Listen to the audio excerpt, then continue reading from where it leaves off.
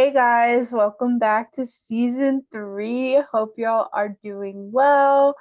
If you don't remember our names, we're Elle and Amaya, and we are the sisters of Sister podcast for spiritual baddies. Hi guys. How is everybody? It's been a while since our last season. It has been 3-ish weeks, I think. Yeah, I feel like it wasn't really that long of a break, but when you're out busy doing stuff like we are in between seasons, it kind of feels like a long time. Yeah, and as we've mentioned before, we batch record, so we're actually starting recording this in August. Yeah, so by the time you hear us, it's October, but yeah, Here we are. here we are. You might think we're still tan, and then in a couple months we won't be as tan anymore from the summer. So, yeah, just something to note. But how have you been, Elle? What have you been up to in our break? Well, I have been doing a lot of hiking trips. As we mentioned, it is still August, so it's still lots of nice weather. Me and my boyfriend celebrated 6 months, so that's exciting. But I start back to markets actually in 2 weeks. So the beginning of September is when market season starts for me. And then I go until mid-November and I'm done for 2024. Yeah, and then you also celebrate your birthday in the meantime. Yeah, my birthday is the weekend that I go back to markets. And then I also have my 1 year shop anniversary in October. So it's like all the things, all the planning, All the things. all of the things. And then holiday season starts. Like I will be go, go, go until January hits. Yeah, yeah, that sounds about right. For me, since it's still August when we're recording this, I just got back from a final celebration vacation down the shore. So my boyfriend and I went down the shore for a weekend. And now just kind of figuring out life, job interviews, and those things. So much fun. And also, doing our show and creating content for you guys, trying to get things locked in and loaded and figuring out what's best for our channel and our, platforms. So, yeah, just chilling. I hope everyone enjoyed season two as we promised season three. If you thought season two was going to be full of hard hitters, you're gonna be in for a real surprise because season three we have even more hard hitting topics. But today's episode is a light and fun one. Yes, I figured we start off just because football season is now kind of in session and people are starting to get ready into fall.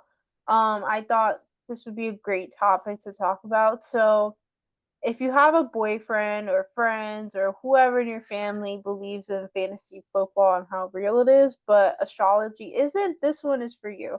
This is inspired from a TikTok I saw, which I can link in the YouTube channel for you guys. Actually, I saw quite a few videos, but there was one in particular that really like struck out to me.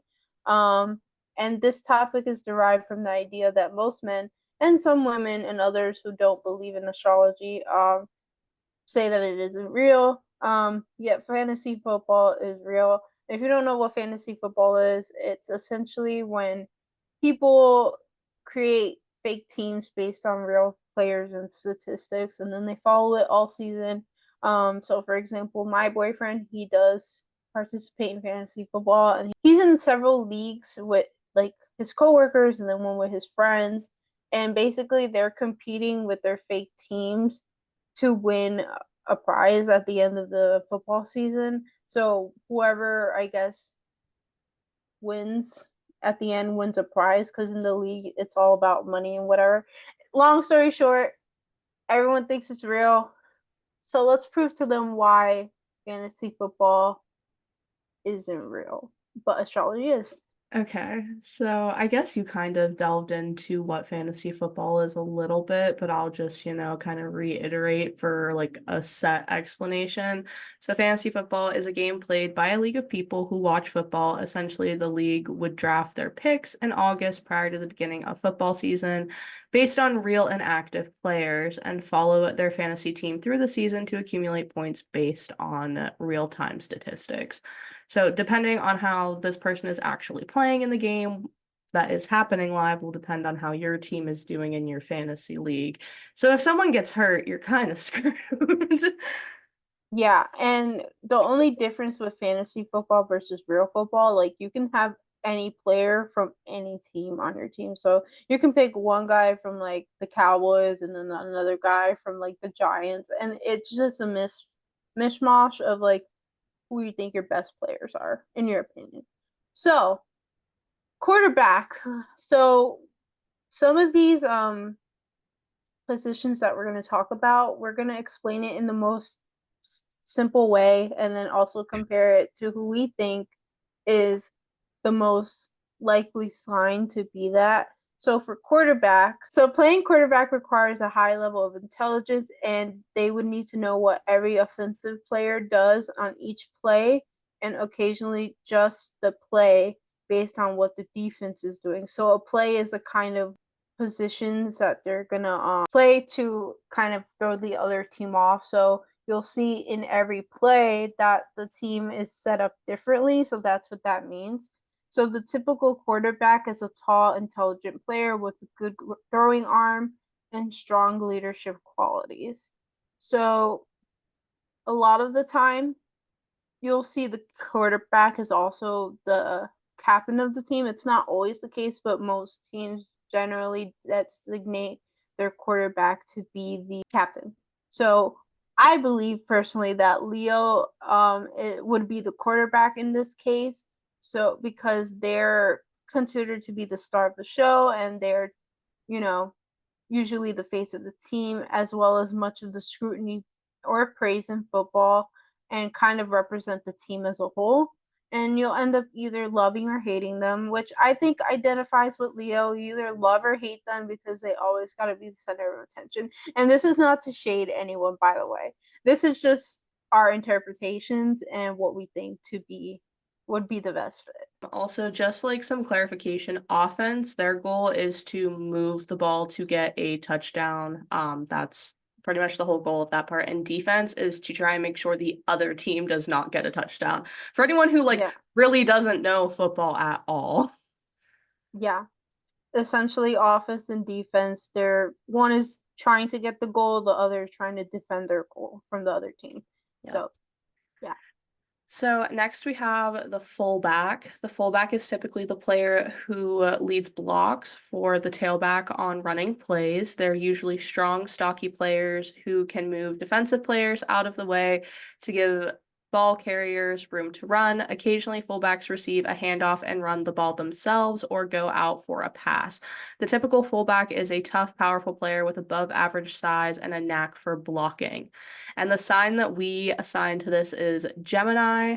Men of this sign tend to be highly adaptable and can juggle more than one task at once, making them the perfect fullback that helps the team win. Next is the tailback or the halfback. I say both because it really depends on which play they will be used for. So they're changed often. So tailbacks or halfbacks are typically the players who receive the handoff from the quarterback and run forward to try and gain yardage. So they are typically shorter or smaller players who are light on their feet and can maneuver through tight holes. And usually they are fast and agile with good vision and the ability to break tackles and carry the ball effectively.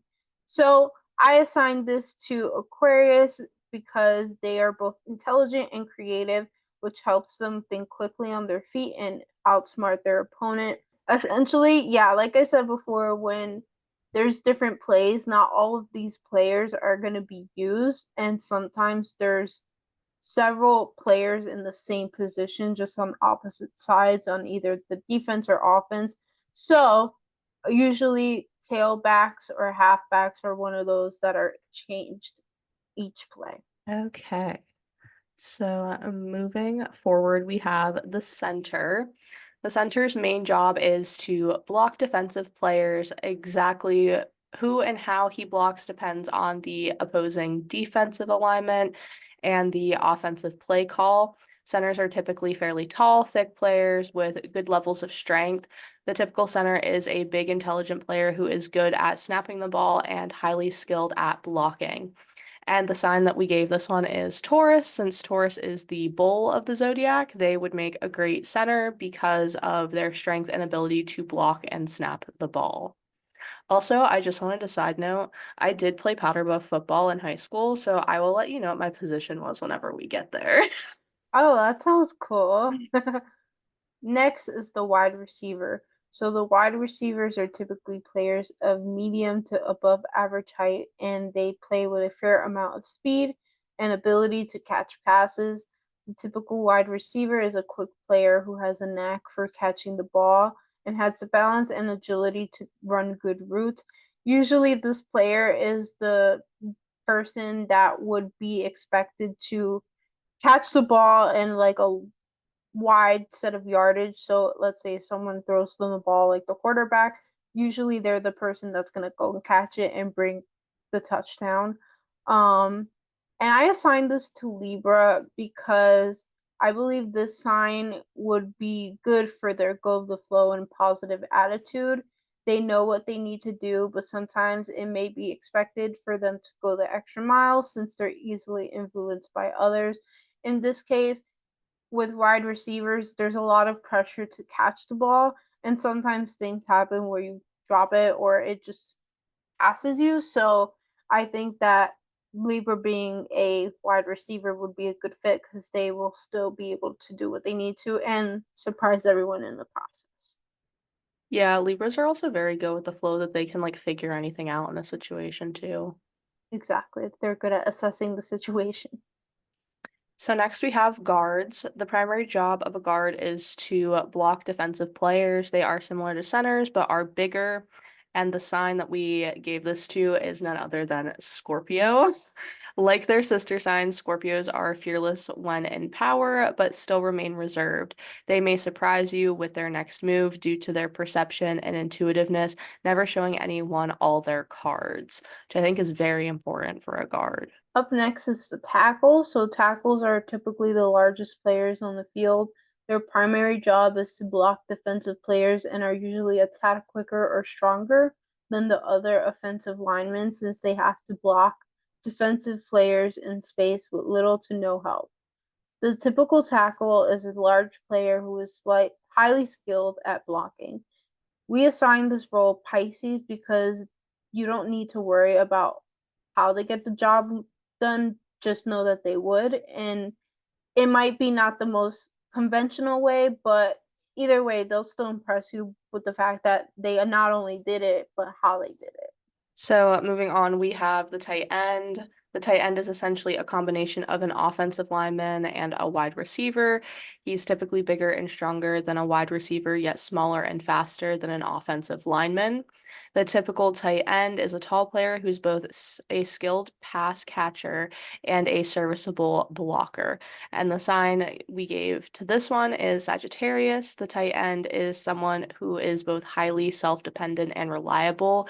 They need to be quick on their feet and ready to make it to the finish line. I think Sagittarius's impulsiveness really helps with this. Yeah. Also, with this, I kind of thought of people that I knew in my life that had these positions, or excuse me, these zodiac signs or placements, because it made it easier to kind of analyze how they would be in a situation that requires agility, strategicness, and just their athleticism. Up next is the defensive tackle. So their main job is to prevent the offense from running the ball up the middle and to put pressure on the quarterback. So basically running the ball means like um letting the other team have it kind of. And the typical defensive tackle is a fairly tall, heavy player with great strength who can hold his ground against offensive linemen. This sign would be Cancer because Cancer is someone you need when who you can trust to, when you need yardage, especially because they are driven and thrive on helping others. They could be passionate, and sometimes it's for good reason, helping result into a win. So, this website that I used to be able to explain this terminology. It might be a little confusing, but we can link it in our bio in YouTube and Apple Podcasts and Spotify if you have genuine interest in learning what each role does in detail. So some of the terminology here is not what we would use, but it's just easier to kind of use the same verbiage to better explain it, just in case you get confused. Okay, next is the defensive end. Their main job is to prevent the offense from running the ball to their side and to attempt to sack the quarterback on passing plays. Since their duties require them to cover more ground, defensive ends are typically lighter and faster than defensive tackles. The typical defensive end is a tall, strong player with the ability to hold his own against an offensive tackle and the speed and quickness to get to the quarterback or chase down a running back. And the sign we assign to this one is Aries. This sign is considered to be the most fiery and confident, but are more likely to bump heads with others. However, they can be trusted to hold their own and help their teammates win. I also would like to note the next position is what I played in powder puff football, and it is also what you gave my sun sign to. Oh, that's really interesting and slightly convenient. So, next is the middle linebacker, which is often referred to as the quarterback of the defense because they must know every defensive player's assignment and may make adjustments based on what the offense is doing. They are essentially the jack of all trades, and they must be able to stop a run and cover the pass effectively. The typical linebacker is a strong, intelligent player who is a good tackler and can make both plays in both space and in traffic. So we assigned Virgo for this one because Virgo is really good at a lot of things. They are both strong and intelligent and know how to move in tough situations effortlessly. They are well respected leaders and know how to get the job done. So yeah, partially thought of Elle for this one because Elle is good at many, many things. Yeah, and whenever we played powder puff, we didn't play tackle, obviously, we played two-hand touch. But I am a little feisty, so that definitely helped. Yeah, for sure. So our last one is the outside linebacker. Outside linebackers are usually a bit more athletic than middle linebackers because they're asked to disrupt pass attempts and usually have tougher assignments in pass coverage. The typical outside linebacker is a long, strong, athletic player who can make plays in space and is a solid tackler. The sign we gave is Capricorn. This sign, known as the goat, is said to be strategic and logical with their decisions, which makes them the right person to disrupt pass attempts with ease.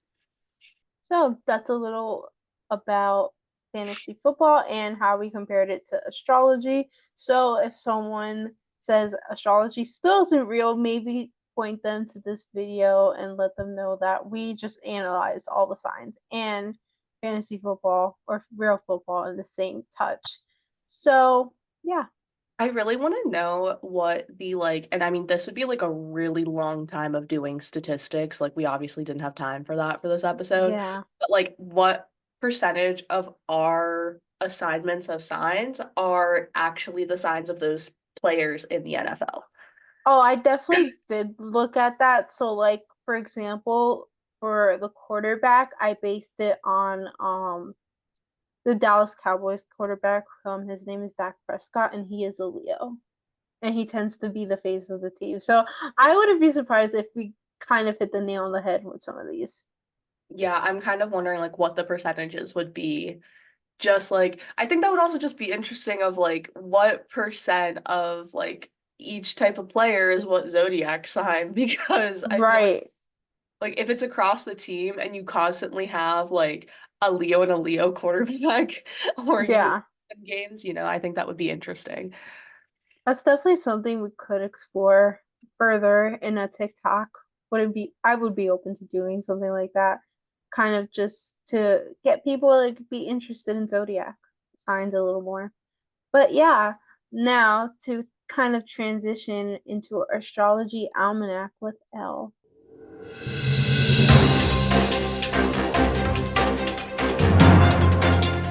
Today, Venus in Scorpio will trine with Saturn in Pisces, making it easier to take commitments and responsibilities more seriously. Your management skills will allow you to take the lead in many situations. Then on September 6th, Mercury in Libra will square Mars in Cancer. This difficult aspect will cause frustrations to be high. Be sure to watch your words to not end up in fights. On the 9th, Jupiter retrograde begins. Gemini. During Jupiter retrograde, new opportunities may slow. However, this is a time to focus on spiritual and personal growth. Take some time to work through unpacking your baggage and work towards the path to your highest self. Finally, on the 10th, we have a first quarter moon in Capricorn. This is a time to look at your long-term goals and make adjustments to plans so you can better achieve them. We've mentioned multiple times that we batch record these well in advance, but I feel like they still apply to when we are recording them, especially because right now we have a full moon in Aquarius and Mercury is retrograde in Leo, but it's going to be switching to Virgo soon. Oh, and also Saturn retrograde. Can't forget that. But let's kind of transition towards my favorite part of the show, the reason why this all started.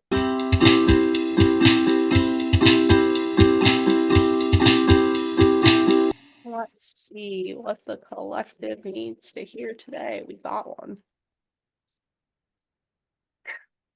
The Eight of Swords. Feeling trapped in your own mind, feeling like everything around you is kind of keeping you in a cage, not really feeling like you have the energy or opportunity or chance to go forward. You're kind of trapped by your own thoughts, the people around you giving you negative energy, things like that. So this is a time to kind of try and break free from that. I mean, I'm not surprised that that card came out with Jupiter retrograde. That's whenever opportunities and things start to slow down. So you may be feeling kind of stuck, a little trapped, a little tired of it, and it's just beginning. Good to know as we start season 3. And Oh that's wow. That's a nice deck. Is it the same one that we always use or is it different? Yeah, it's the tattoo one. It's really cute. Really demure. I can't stop using that word. I'm so sorry, guys. By So the if you time hear this me comes say out, there's going to be a whole new cycle of words for exactly TikTok that right it's not now, even going to be relevant. exactly right now, it's going to be demure though. So thank you guys for tuning in to another episode of Sister Sister. Hope you guys enjoyed and can't wait to release new episodes this season. Make sure you're following us on Instagram and TikTok, and be sure to subscribe to our YouTube channel or even follow us on Apple Podcasts, and Spotify so you can stay updated when new episodes release. Thank you for tuning in and see you guys next time. Bye, guys.